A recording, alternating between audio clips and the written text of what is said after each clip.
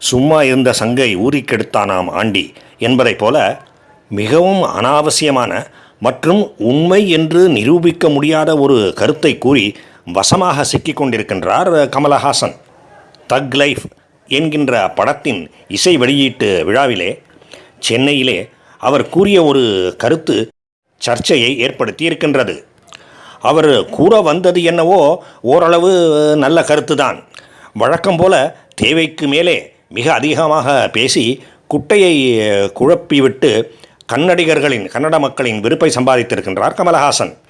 தென்னிந்திய மொழிகள் அனைத்தும் கன்னடம், தமிழ், தெலுங்கு, மலையாளம் இவையெல்லாம் சொற்கள், வாக்கியங்களின் கட்டமைப்பு இவற்றிலே மிகுந்த ஒற்றுமையை கொண்டிருக்கின்றன. அந்த வகையிலே திராவிட மொழிகள் அனைத்துமே மிக நெருங்கிய உறவினர்கள் என்று கூறலாம். அப்படி பார்க்கும் பொழுது இந்த பிரதேசத்தின் மக்கள் அனைவருமே, அதாவது கர்நாடகாவை சேர்ந்தவர்கள், ஆந்திராவை சேர்ந்தவர்கள், தெலுங்கானாவை சேர்ந்தவர்கள் மற்றும் கேரளாவை சேர்ந்தவர்கள் எல்லோருமே தமிழர்களுக்கு மிக மிக நெருங்கிய உறவினர்கள்தான். எனவே அவர்கள் எல்லோருக்குமே நம்முடைய தமிழர்களுடைய அன்பு உரித்தாகுகின்றது என்று அவர் தன்னுடைய எண்ணத்தை, சரியான எண்ணம்தான், அதை வெளிப்படுத்த விரும்பினார். ஆனால் அவர் சொன்னது என்னவோ, தென்னிந்திய மொழிகள் அனைத்துக்கும் தமிழ்தான் தாய், அந்த வகையிலே கன்னட மொழியும் தமிழிலே இருந்துதான் பிறந்திருக்கின்றது என்று பேசினார். இயற்கையாகவே எதிர்பார்க்கக்கூடிய வகையிலே கன்னட மக்கள் பலர் இதற்கு எதிர்ப்பு தெரிவித்திருக்கின்றார்கள்.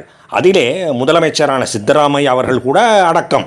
அவர் கூறிய கருத்தை, இன்ஃபேக்ட் அது எந்த விதமான உறுதியான ஆதாரமும் இல்லாத கருத்து, அதை பலர் கேள்வி கேட்டிருக்கின்றார்கள். கன்னட மொழிக்கு ஒரு மிகச்சிறந்த மற்றும் நீண்ட பாரம்பரியம் உண்டு.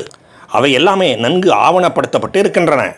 பாவம், கமலஹாசனுக்கு ஒன்றுமே தெரியவில்லை என்று சித்தராமையா அவரை சாடியிருக்கின்றார். கன்னட ரக்ஷண வேதிக்கே என்கின்ற ஒரு கன்னட அமைப்பும் இதற்கு கடும் எதிர்ப்பை தெரிவித்திருக்கின்றது. அதன் தலைவரான நாராயணகவுடா என்பவர், கமலஹாசன் கன்னடத்தை, எங்கள் மொழியை இப்படி அவமானப்படுத்திவிட்டார், எனவே அவர் மன்னிப்பு கேட்க வேண்டும்.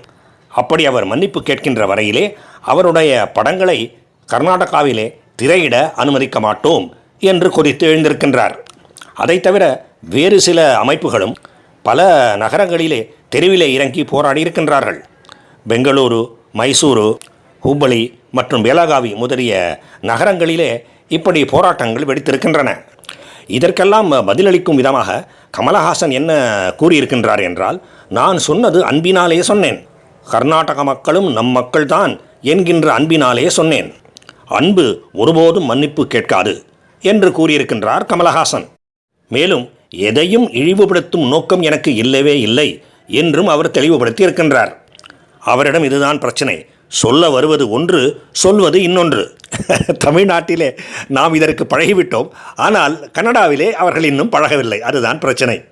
இந்த விஷயத்தை பற்றி கருத்து தெரிவித்திருக்கின்ற சீமானோ இன்னும் ஒருபடி மேலே போய், கமலஹாசன் சொன்னது சரிதான், கன்னட வெறியர்களால் இதை தாங்கிக் கொள்ள முடியவில்லை என்று கருத்து தெரிவித்திருக்கின்றார்.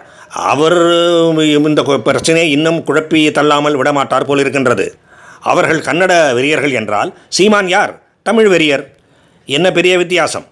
தமிழர்களாகிய நாம் பல விஷயங்களிலே உண்மையை உள்ளபடி புரிந்து கொள்வது இல்லை.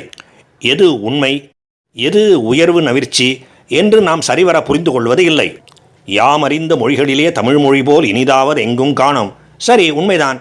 ஆனால் அதற்கு காரணம் என்ன? தமிழ் நமது தாய்மொழி. என்னை கேட்டாலும் நானும் அதைத்தான் சொல்வேன்.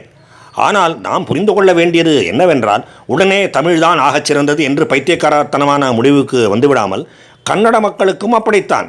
எல்லா மொழிகளிலுமே கன்னட மொழிதான் அவர்களுக்கு மிகவும் இனிமையானதாக இருக்கும். தெலுங்கு மக்களும் அப்படித்தான், மலையாள மக்களும் அப்படித்தான். இதையெல்லாம் நாம் சரிவர புரிந்து கொள்வதில்லை. கவிஞர்கள் சொல்வதை அப்படியே ஏற்றுக்கொண்டு விடுகின்றோம். இரண்டாவதாக இன்னொரு விஷயத்தையும் தெரிவிக்க வேண்டியிருக்கின்றது. தமிழிலே இருந்துதான் மற்ற தென்னிந்திய மொழிகள் பிறந்தன என்பதற்கு என்ன ஆதாரம்? தமிழிலே மிக தொன்மையான நூல்கள் இருக்கின்றன என்பதை நாம் முன்வைக்கலாம். அதன் மூலம் தமிழ் தொன்மையான மொழி என்றுதான் ஏற்படுகின்றதே தவிர, தொன்மையான மொழி என்றுதான் நிரூபணமாகின்றதே தவிர, அதிலிருந்துதான் மற்ற தென்னிந்திய மொழிகள் பிறந்தன என்பது நிரூபணமாகிவிடவில்லை. இன்னொரு விஷயத்தையும் நினைத்து பார்க்க வேண்டும். உவே சாமிநாத ஐயர் தேடி தேடி பண்டைய தமிழ் இலக்கியங்களையெல்லாம் வெளியிலே கொண்டு வந்தார். அதனால் நமக்கு தமிழின் பழமை தெரிந்திருக்கின்றது. தெலுங்கிலோ கன்னடத்திலோ மலையாளத்திலோ அப்படி ஒருவர் உவே சாமிநாத ஐயர் போன்று பிறக்காமல் முயற்சி எடுக்காமல் இருந்திருக்கலாம். அதனால் அவற்றின் தொன்மை நமக்கு தெரியாமல் இருக்கலாம். இன்றைக்கு சுமார் 2500 வருடங்கள் பழமையான பாகவத புராண நூலிலே தெலுங்கு, கன்னடம், மலையாளம் மற்றும் தமிழ், அதிலே தமிழ் என்று குறிப்பிடப்படவில்லை, திராவிட மொழி என்று குறிப்பிடப்படுகின்றது. இவற்றை பற்றியெல்லாம் கூறப்பட்டிருக்கின்றது. நாம் பொதுவாக சங்க இலக்கியங்கள், சங்க காலம் என்றெல்லாம் சொல்கின்றோமே, அந்த காலத்திலே மற்ற தென்னிந்திய மொழிகளும் உயிர்ப்போடு இருந்திருக்கின்றன. தொல்காப்பியம், சிலப்பதிகாரம் போன்ற பழமையான நூல்கள் அந்த மொழிகளிலே இன்னும் கிடைத்ததாக தெரியவில்லை. அதுவும் என்னுடைய அறிவுக்கு எட்டிய வரையிலே கிடைத்ததாக தெரியவில்லை. அதை மட்டுமே வைத்துக்கொண்டு தமிழ்தான் மூத்த மொழி என்றும் சொல்லிவிட முடியாது. இன்னும் ஒருபடி மேலே சென்று இன்னும் மோசமாக தமிழிலே இருந்துதான் இவையெல்லாம் பிறந்தன என்றும் கூறிவிட முடியாது. அப்படி பார்த்தால் நன்மொழியிலே, சமஸ்கிருதத்திலே ராமாயணம் மிக மிக மிக பழமை வாய்ந்தது. வால்மீகி முனிவர் இயற்றியது. அந்த இதிகாசம் இப்பொழுது நமது கையிலே எழுத்து வடிவிலே கிடைத்திருப்பதால் சமஸ்கிருதம்தான் மிக மிக மூத்த மொழி, அதிலே இருந்துதான் அனைத்து இந்திய மொழிகளுமே பிறந்தன என்று கூறிவிட முடியுமா? இதை நாம் யோசித்து பார்க்க வேண்டும். எனவே தமிழ் ஒரு தொன்மையான மொழி, கிளாசிக்கல் லாங்குவேஜ் என்பதோடு நிறுத்தி கொள்ள வேண்டும்.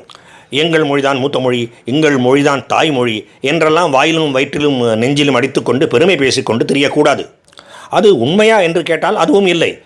பலர் சொல்லலாம், இந்த ஆராய்ச்சியிலே இப்படி சொல்லியிருக்கிறது, அந்த ஆராய்ச்சியில் அப்படி சொல்லியிருக்கிறது என்று சொல்லிக்கொள்ளலாம். ஆனால் சமீப காலத்திலே சில 100 வருடங்களாக மோட்டிவேட்டட் ரிசர்ச், அதாவது ஆராய்ச்சியின் முடிவு இப்படித்தான் இருக்க வேண்டும் என்று முன்கூட்டியே தீர்மானித்துவிட்டு அதற்கு ஏற்ப ஆராய்ச்சி செய்வது என்கின்ற ஒரு கெட்ட பழக்கம் நமது நாட்டிலே நடந்து கொண்டிருக்கின்றது. ஆங்கிலேயர்கள், தி பிரிட்டிஷ், எழுதிய சில ஆராய்ச்சி கட்டுரைகள் இந்த வகையைத்தான் சேர்ந்தவை.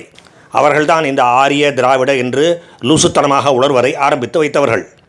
எனவே நாம் நினைக்கின்ற ஒன்றை, அதுவும் சரியான ஆதாரம் இல்லாத ஒன்றை பொது உண்மையாக எல்லோருக்கும் எடுத்து சொல்லிக் கொண்டிருக்கக்கூடாது. எதிர்ப்பு தான் கிளம்பும், பிரச்சனை தான் கிளம்பும்.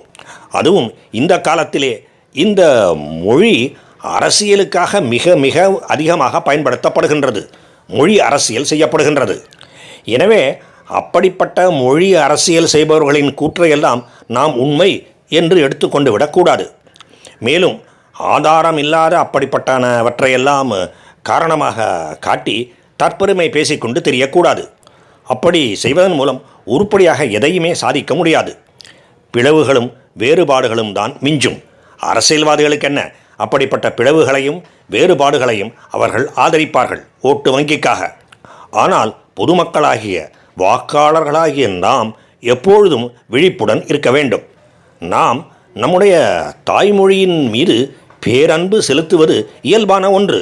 ஆனால் மற்ற மொழிகளையும் நாம் மதிக்க வேண்டும். வாழ்க பாரதம். ஜெய் ஹிந்த்.